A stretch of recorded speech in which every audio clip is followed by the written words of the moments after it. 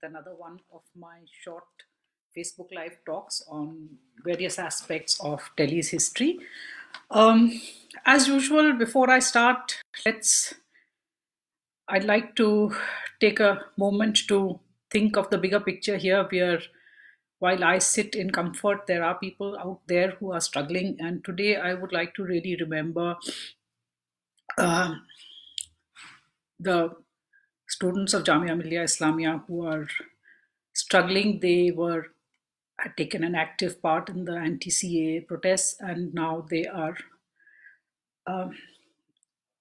facing police investigations, arrests, and this is not a great time for them. And my sympathies with those who are having to deal with this, together with all the other concerns that we have about the the disease that is going around, and coping with that, and all sorts of other problems that we are having. So just a little moment to remember them. As far as the topic of today's talk goes, it's about the forgotten fairs and festivals of Delhi, which is approximately what it is about. I had spoken earlier about the Phool Walon ka Mela, the Phool Walon ki Sair. It's about not only some festivals and fairs that are no longer celebrated, but a lot of others the festival still exists, it's still celebrated, but not in the same way in which it used to be. So there are changes that have come about, and it's very interesting to see how some of the festivals that we even today celebrate used to be celebrated in the past. I have mentioned before that Delhi people used to be very fond of festivals, and it has been said, and this was said by Maulvi Zakaullah. This was said by Maulvi Zakaullah that Delhi के बारे में ये कहा जाता है, हफ्ते के 7 दिन जिनमें 9 मेले 13 त्योहार, which means that in a week there are 7 days, but Delhi manages to pack into it 9 melas and 13 festivals. So a humorous way of putting this, that Delhi had a lot of fairs and festivals which they commemorated. So it's about some of those, and I'm going to talk mainly about those which were, or in the form in which they were before 1857, before the revolt of 1857 took place. So one of them that they talk about is the day after Eid ul-Fitr. Now we are in Ramzan now, and the Eid that follows the end of the month of Ramzan is Eid ul-Fitr. And this used to be a big mela which used to happen right after Eid, the day after Eid. In fact, this mela, I think, still happens in some places, I don't know whether it happens anywhere in Delhi, but I think in Lucknow, Kanpur, some of these places, the mela is still held. It's basically just a fun and relaxation thing, a fair which takes place. In Delhi, it used to take place in a garden which was called the Bagh Mahaldar Khan. Now, those of you who know Delhi might know that there's a gateway called Tirpolia, and this is on the Grand Trunk Road, on the GT Road, at a place called Maharana Pratap Bagh. So it's there. That gateway is in a bad condition, but it is still there. It used to be the gate to this big garden. And this was a mela which used to happen before 1857, but it continued afterwards also. It was, the garden had been purchased by the Gudwala business family. They were a very important business family, and they bought it in 1860 after the revolt, but they continued to give it to the people to celebrate this mela, the Tarka Mela, till after, I think till 1885 this continued over there. So this was one of the melas. Another festival that used to be celebrated, which was the festival of Nowruz, which was the Parsi New Year. Now this Nowruz used to be celebrated at a popular level, not just by people following who were Parsis or associated with the Mughal court, because the Mughal court used to celebrate Nowruz also, but the people also used to celebrate Nowruz. And one of the things to do on Nowruz was ande ladana. Now, what is this ande ladana? You take eggs. You so if two people, it's a competition which is held with eggs, and the way to do it is you hold an egg in your hand, and your opponent holds a egg in their hand, and you hold it quite firmly so that a little part of it is exposed, and then you kind of hit the other egg and see which one breaks first. So that is Ande Ladana. It seemed a bit juvenile, but this was big business, and there used to be a lot of competition about Ande Ladana, and this was a thing to do on Nowruz. Um, I'm not going to talk about a lot of the what used to happen in the Red Fort, because the Mughals themselves used to have all sorts of festivities and all that, and often they were surrounded. It was happened during the major festivals like Diwali and Dashera and Eid and all that. One great source for that is Rana Safi's book on. She has translated works which talk about many of these festivals in the Red Fort. But I'm going to talk about just one which is mentioned by Maulvi Zakaullah. Again, for this talk, I've seen a lot of his work. He writes about, he says there's a Kile Ka Mela which used to happen. And the Kile Ka Mela was when the big gardens, which was the Mehtab Bagh and the Bagh Hayat Baksh, these used to be kind of made absolutely, they used to be they used to put shamianas and close them up, and they used to decorate the place and hang swings from the branches, and all the ladies and the princesses and all used to swing on the swings and have good food and celebrate and have a fun time. And one of the things used to be at the end of one day, the emperor would say, okay, now you can loot the garden. What that meant was that you could break all the fruit that was there. You could help yourself generally to all the fruit, all the flowers, etc. So everybody used to gather up the fruit and flowers and all and take it back with them. So that was the Kile Ka Mela. Apart from these specific things, in some ways, the main festivals also were celebrated in a slightly different manner earlier. One was Holi. Now, Holi, today we think of it mainly as a festival of color.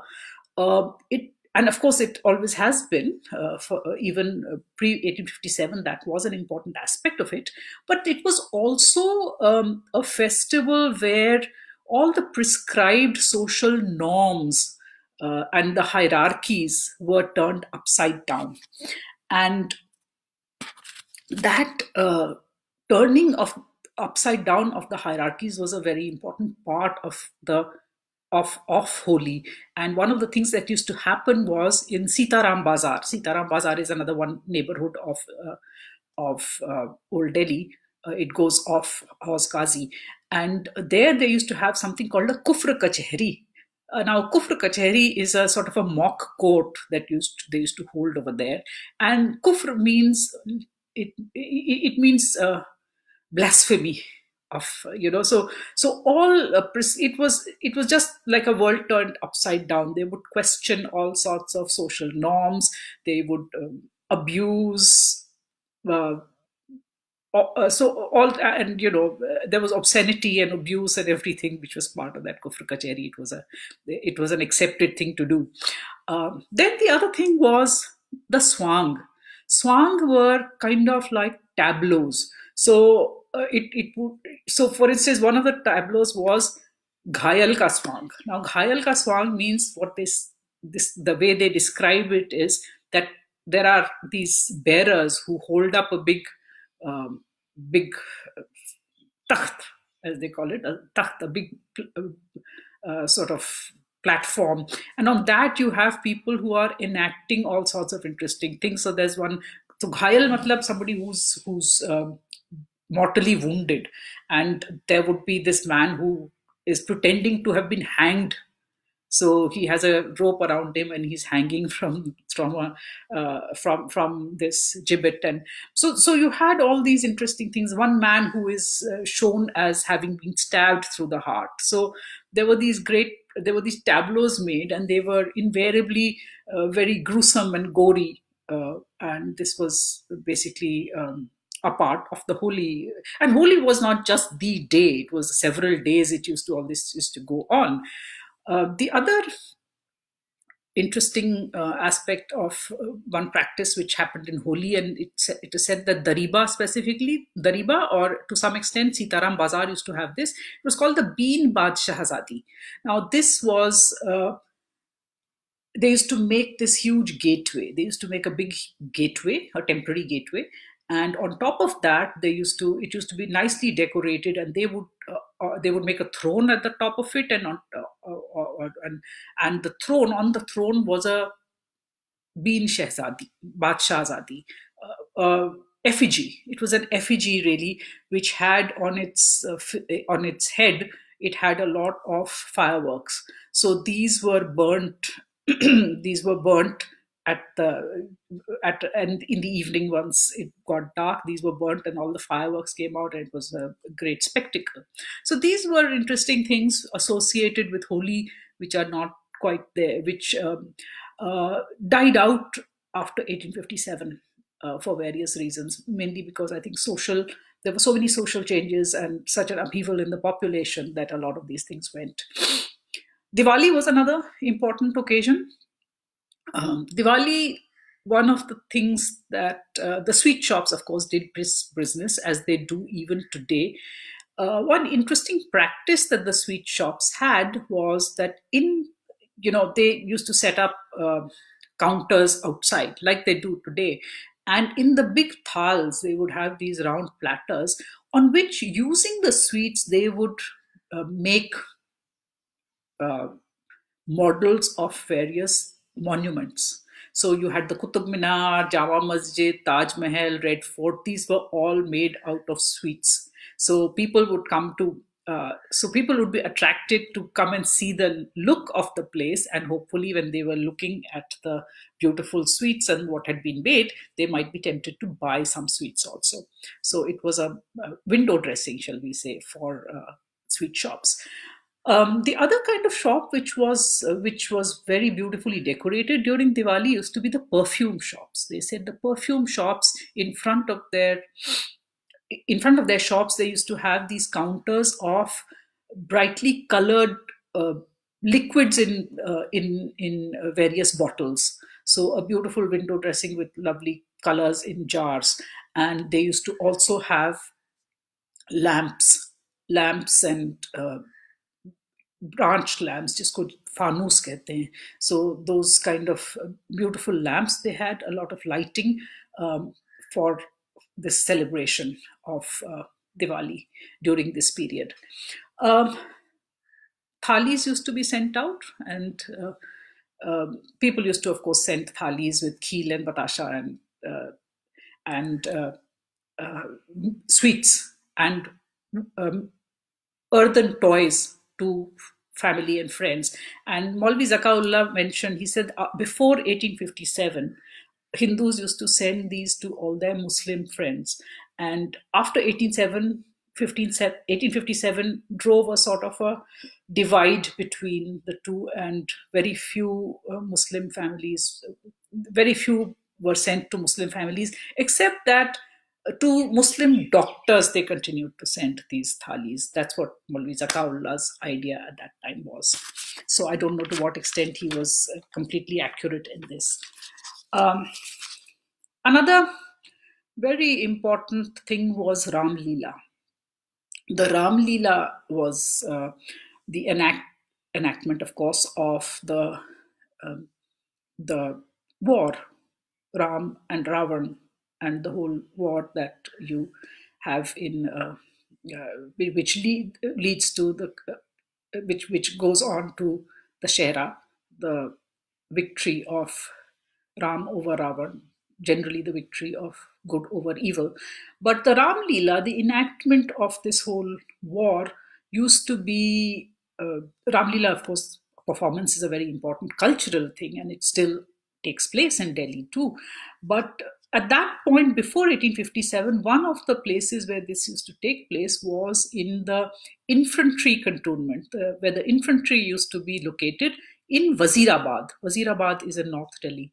And in Wazirabad, where there was a cantonment, there the infantry soldiers used to, and this was Hindus and Muslims all used to go and collect chanda. They used to collect donations, and that used to finance putting up of a Ram Leela performance. And it used to be very, very authentic because the war scenes used to be very accurately recreated by these soldiers. So this was a big deal. The city people also used to do a Ram Leela. That has had a longer life. So 1857, the soldiers Ram Leela finished. After that, they did not have it. Of course, the city used to have, when the Mughals were there before 1857, the Ram Leela used to happen in the sands, Reti. The Reti is the area below the Red Fort walls. So the side of the Red Fort walls, which faces the ring road, which is where the river used to once upon a time flow. Between the river and the fort walls were this wide bank of sand, and on that sand, just under the Jharokha and the palaces of the Mughal emperor and the royal family, this Ram Leela used to take place. So this happened till 1857. After 1857, the Mughal royal family went, and all that was over. So no Ram Leela. There was no point having the Ram Leela in that location. So they then shifted it to, for a while, in front of the other side of the Red Fort. Today, where we enter the Red Fort from the Lahori Gate, etc., under those walls. For a long time, they had it there. Then, for a while, they had it in Tis Hazari Bagh, and they had it in the Shahji Ka Talab. That's what we today call Ram Leela Maidan, that area. So, this is how the Ram Leela of the city has shifted over the times. There was another interesting. Dussehra, incidentally, was also celebrated in the fort with a great deal of pomp, and it was it's a very martial festival. So it was celebrated with a special darbar and all. But as I said, I'm not going to go into the so much into the what happened in the fort, because that would require a completely different talk altogether. But one thing that used to happen was the making of tesu.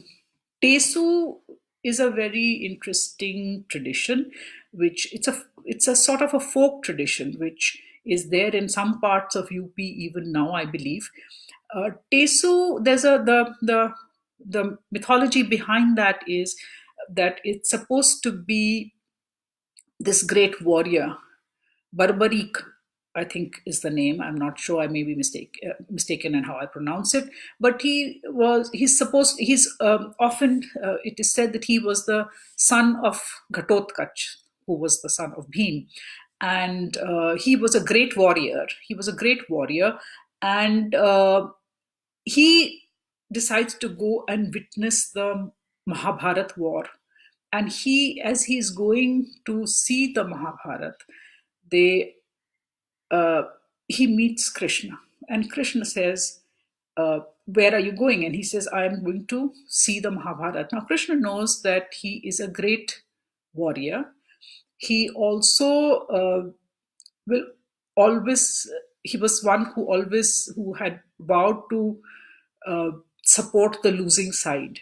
So Krishna thinks that his intervention at such a time would be very disruptive to the course of the war. If he always supports the losing side, then there will be no resolution at all.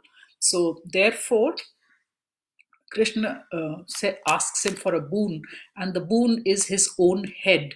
So Barbarik decides that he will give his head, because Krishna has asked him for it, and he has promised that he will give it. But he asks for one other boon in turn, which is that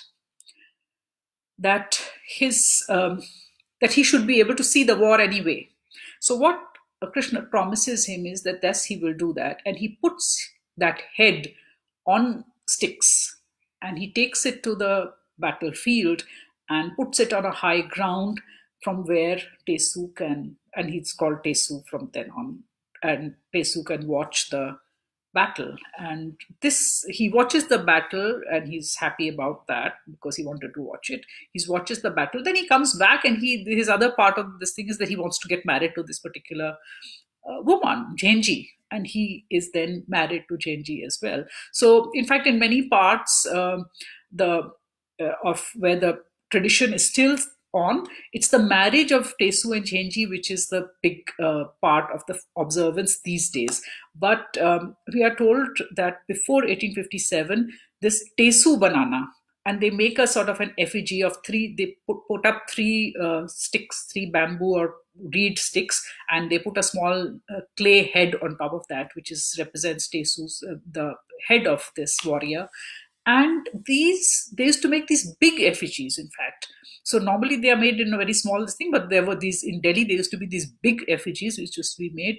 And the pehlwans of various akhadas, each akhada would have a Tesu, and they would take these out in processions. And sometimes, and many of them were Muslim, in fact, and they would take these big Tesus out on in processions. Sometimes they used to have there used to be some between them, there was uh, some disputes between them also, and it used to lead to sometimes to physical violence as they in the whole enthusiasm of the whole bringing out of the Tesu, they fought with each other as well. So they came to blows sometimes. That's what we are told. But after 1857, this particular aspect of the akhadas taking out Tesus also seems to have died out. But I would be really happy to know. I don't know enough about the practices in different khadas to see if any of this at all remains. So this was, and it used to, even though it is associated with the Mahabharata, but this also used to take place during the Dashera period only, this Tesu business. There were other festivals. There was one called the Jeth Ka Dashera. Jeth Ka Dashera, this is in the summer months. Round about May, the Jeth it's one of the summer months, and it actually it commemorates the birth or descent of the Ganga, and this was used to be celebrated. The people of a lot of people from rural areas around Delhi used to come into Delhi, and they used to in the years before the revolt, they used to do this. Normally, it is done at the banks of a river, but just before the revolt, they used to come and they used to camp around the. There was a tank called the Ellenborough tank, also known as Lal Diggi. This was in front of the Red Fort, between the area which is between the Red Fort and the Jain Lal Mandir, for those who know Delhi. And there was this big tank which the British had built in around 46 or so. And they used to camp over here, and they used to enjoy themselves, make a whole lot of noise, and play bansuris, and they used to eat a lot of melons. And the city people, it was said that after the Jeth Ka Mela, no melons could be purchased in Delhi because they had all been finished. So that was the official end of the tarboos season for Delhi, because all the watermelons used to be consumed by this whole large group of people who came from rural areas around and had this Jeth Ka Dashera. Um, Lastly, I will talk only about one of those which was also designated by the name of Mela, called the Itwar Ka Mela, literally Sunday Ka Mela. Every Sunday there used to be a Mela which used to be held uh, on the ghats just north of the Red Fort. There were these ghats north of the Red Fort, and stretching from that area from the edge of the Yamuna, where there was a bridge also across the Yamuna. From there down to the front of towards the north of the Red Fort, just below the walls, there used to be a garden called Anguri Bagh, and they used to have this huge mela. Every Sunday, everybody used to go and just hang out there, and they had entertainers and they had hawkers, and even they said that if there was some good singer, whether from the city or somebody who'd come from outside, would perform for a little while. On the ghats, in fact, and they would perform at the ghats so that people could hear them, and maybe they would then get work, in the sense they would be invited to people's houses to perform, or the fort, or anywhere else. So this was a good sort of exposure for them to sing at the Itwar ka Mela at the Ghat.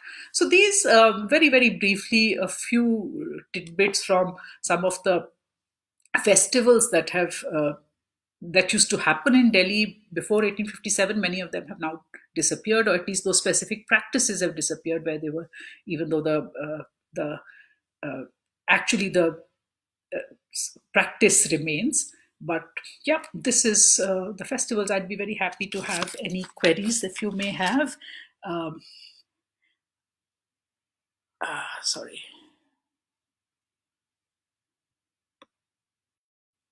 Right.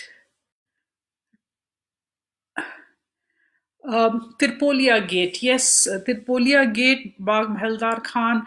Uh, the garden was there. Garden, of course, is I think not there anymore because it was, there's the kind of urbanization that has taken place has just uh, it has just gone. Those Khan Eid के पीछे टर, yes.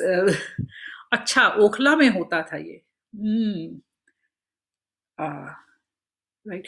ये I don't know whether it happens in Delhi anymore. अंडे लड़ाना, yes, it is cute.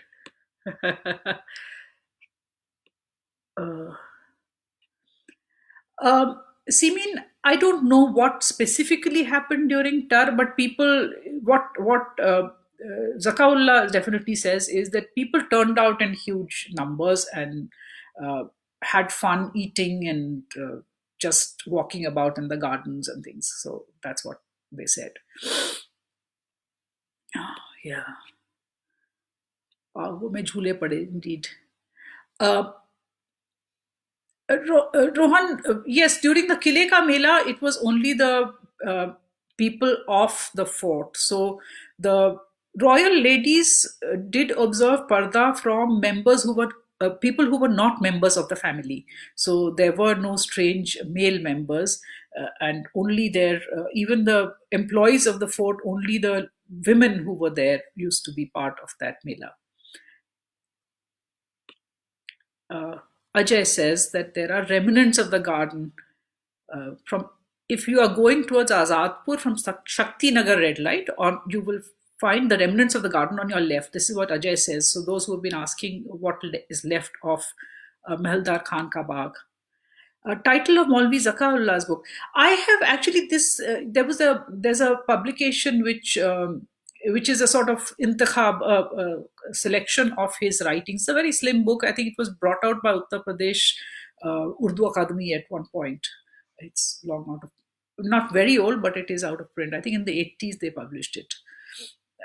बुरा ना मानो होली है, बिल्कुल वही आइडिया था कि आप जो भी चाहे होली में बहुत कुछ कर सकते हैं, you can get away with it.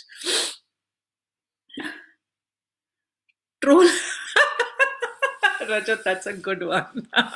Troll kacheri on Twitter and Facebook. True. Kufar kacheri ke badle troll kacheri.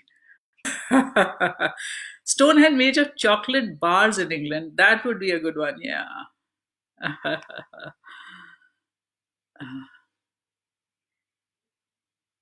Okay, Rehan. Okay. Rehan, you will have to tell me about Falej Ka Mela. I am not very familiar with this. Maulvi Zakaullah was somebody who'd grown up in Delhi. He was an alumnus of the Delhi College, the old Delhi College. And he grew up to be a educationist, a writer. He's written a lot. He's written prolifically, essayist. So that's what who Maulvi Zakaullah was. Uh, Rajat, I don't know the language of the Ramlila. My guess would be that really I don't know, but might have been Braj, because the soldiers who lived in the Wazira, at least in the Wazirabad, jo soldiers wali Ramlila hai, there the soldiers who were there were mostly from the Doab region, so that would have been. I don't know about the Sheher ki Ramlila. That may have been different. So they may be culturally different Ramlilas. Did women also participate in the Ramlilas? I think that has been a very recent practice. I think earlier this was women did not participate as in roles during the Ramlila मैदान जो है वहाँ पे एक तालाब हुआ करता था शाहजी का तालाब which used to be called so it was not there was a tank in that place Rajat may there would have been I'm sure there would have been spicy and salty savories available in the mela are you talking about the many different kinds of melas of course and each of them had their own flavor literally but yeah, I mean, I'm sure there were a variety of things available.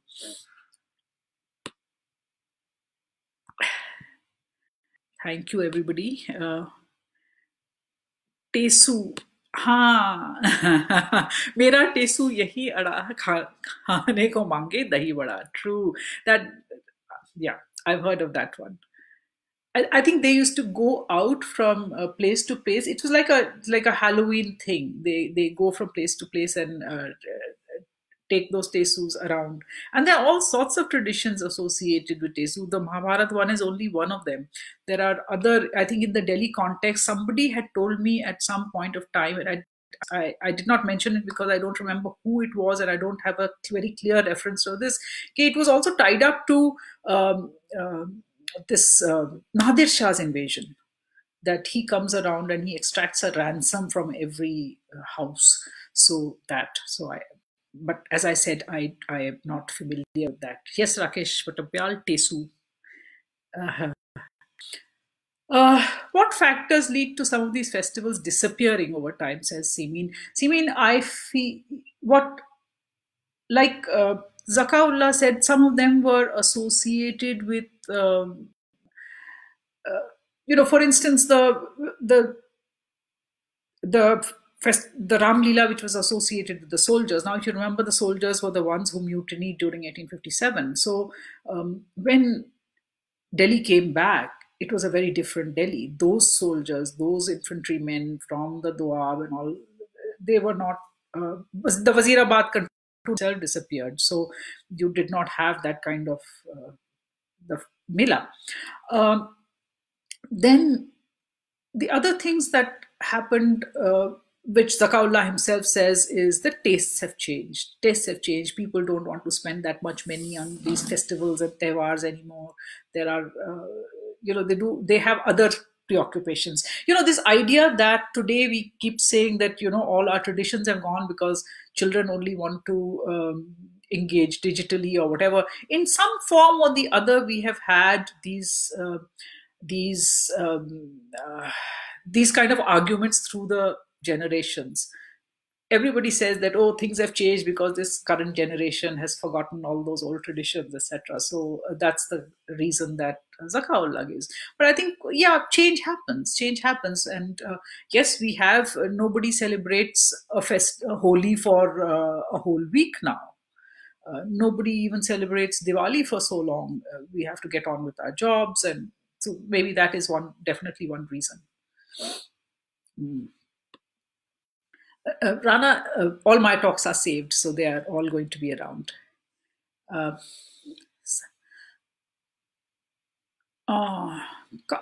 Kartik may Kartik is what is around Diwali, right? If I'm not mistaken, right after Diwali, over a few days, there used to be a Mela which used to be held in a place called Satpula.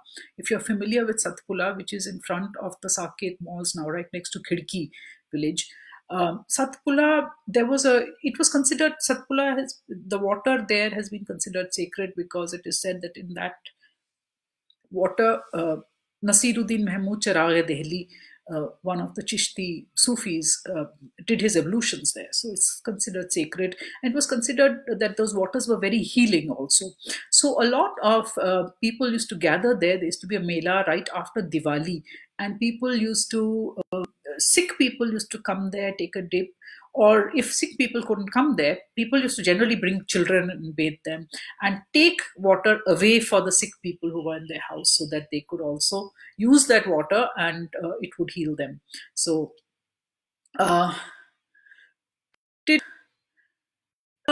I think a lot of these festivals, Rohan, were because they were just spontaneous and it was just things that people did, that it was not revived, I guess. Uh, Apart from the Pulwalon ki Sair, which had a longer life, I suppose. Ashwin, do these festivals survive in any form today? Uh, I I don't know. You know, it's a sad thing. I'm sorry. I have to confess that I know history a lot better than I know social practices today. So there may be some of these that are around still. I know that Tarka Mela happens in Lucknow, I think, and it definitely things like the Tesu Jhenji tradition also continues. So some of these things happen. Whether they, I don't think they happen in Delhi. At least I've not heard of them. They may be happening on a smaller scale. Some of them. Um,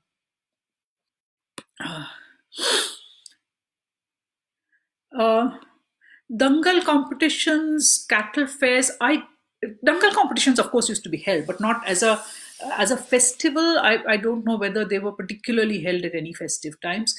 Were there cattle fairs? I think cattle fairs would have been in the rural areas surrounding Delhi. I don't know whether there were any particularly large cattle fairs. You know, cattle fairs would have been in the Haryana area. So Delhi would not have tried to compete with Haryana as far as cattle is concerned. So I don't think there were any uh, cattle fairs in the immediate vicinity of Delhi. Uh, yes, the Satravi Ka Mela. That also is mentioned by Maulvi Zakaullah, saying the Satravi Ka Mela, which used to be Urs of Hazrat Nizamuddin and during the Urs of Hazrat Amir Khusro also. And yeah, that's true. He mentions that. And he said that's a continuing thing which has happened before the revolt as well as after the revolt. Um,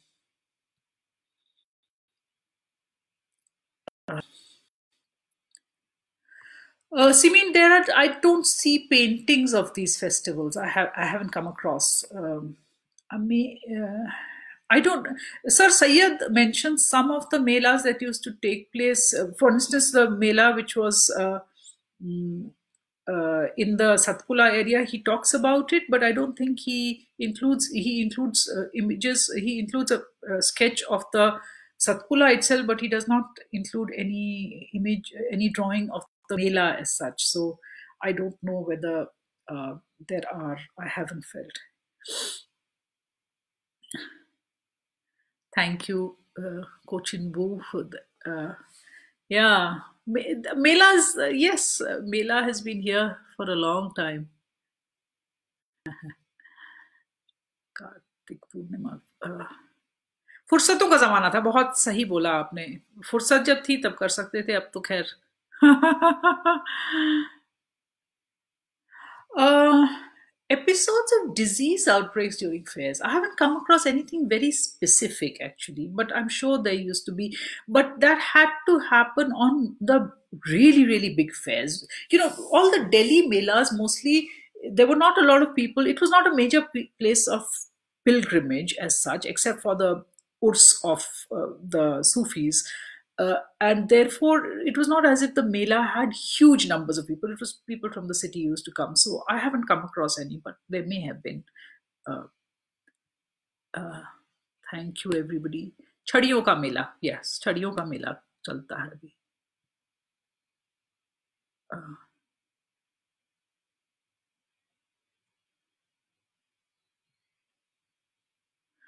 yes, I mean, Rohan, I'm not quite sure you. छड़ियों छड़ियों का मेला. Yes, Rohan, that's what it is. It sticks. छड़ी लगाते हैं with banners. Uh, and there used to be the Bara Wafat also used to be around the uh, anniversary of the Prophet's birth anniversary, the 12 days around there. There used to be a big mela. In fact, one of the places that used to, if I'm not mistaken, used to be Bhuli Bhatiyari Ka Mahal. There they used to have a big mela of that. So there, I to attend, and I was so missed it as you joined up in the beginning.